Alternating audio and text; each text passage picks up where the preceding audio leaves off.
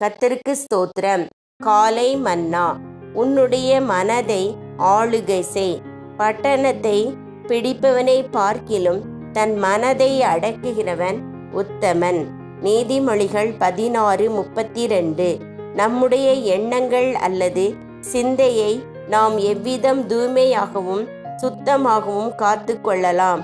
முதலாவதாக, ஒரு அர்த்தத்தில் நம்முடைய தீய கிரியைகளை காட்டிலும் நம்முடைய தீய எண்ணங்களே அதிக பாவமுள்ளவையாகவும் அபாயகரமானவையாகவும் இருக்கின்றன என்பதை நாம் உணர வேண்டும்.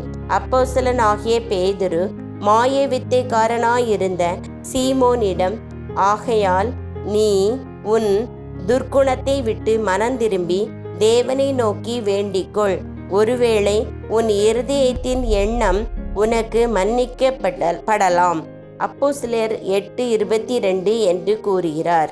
சீமோன் பரிசுத்த ஆவியின் அபிஷேகத்தை பெற்றுக்கொள்ள வேண்டும் என்று வாஞ்சித்தான்.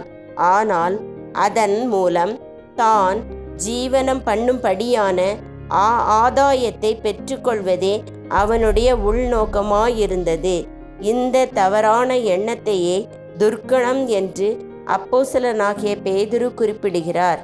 நம்முடைய தவறான எண்ணங்களை குறித்து நாம் ஆழ்ந்த சிரத்தை எடுத்துக்கொள்ள வேண்டும் என்று தேவன் விரும்புவது ஏன்? சகல எண்ணங்களும் தேவனால் நியாயந்தீர்க்கப்படுவதையே. பிரசங்கி 3:17. நம்முடைய ஒவ்வொரு எண்ணத்தை குறித்தும் நாம் தேவனுக்கு கணக்கு ஒப்புவிக்க வேண்டும்.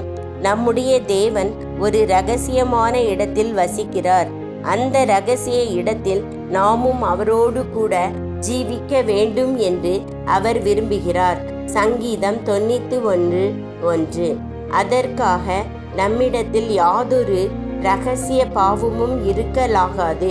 பரிசுத்தமாக்கப்படாத எண்ணங்கள் உங்கள் மனதில் உட்பிரவேசிக்க முயற்சிக்கும் போது தேவ கிருபையினால் அவைகளை தள்ளிவிடுங்கள். வெகு விரைவிலோ அல்லது தாமதமாகவோ நீங்கள் அதே பிரச்சனையை அல்லது அதை போன்ற ஒரு சோதனையை மீண்டும் சந்திக்கக்கூடும். மறுபடியும் தேவ கிருபையினால் அதற்கு விரோதமாக போராடுங்கள். இவ்வாறு நல்ல போராட்டத்தை போராடி வெற்றி பெறுகிற ஜீவியமே ஜெய ஜீவியம் என்று அழைக்கப்படுகிறது. ஒரு ஜெய ஜீவியம் செய்யும்படியாகவே நாம் அழைக்கப்பட்டிருக்கிறோம். நாம் பாவ சிந்தனைகளுக்கு இடங்கொடாமல் இருப்போமாக. நம் சிந்தை எந்த அளவுக்கு பரிசுத்தமாக்கப்பட்டிருக்கிறதோ அதை பொறுத்தே நம்முடைய வளர்ச்சியும் இருக்கும். அவன் இருதயத்தின் நினைவு எப்படியோ அப்படியே அவன் இருக்கிறான். நீதிமொழிகள் 23:7. நீங்கள் பிசாசை போல் சிந்திப்பீர்களாயின் நீங்கள் உண்மையில் பிசாசை போல் இருப்பீர்கள்.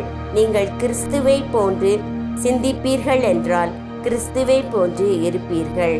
ஆமென்.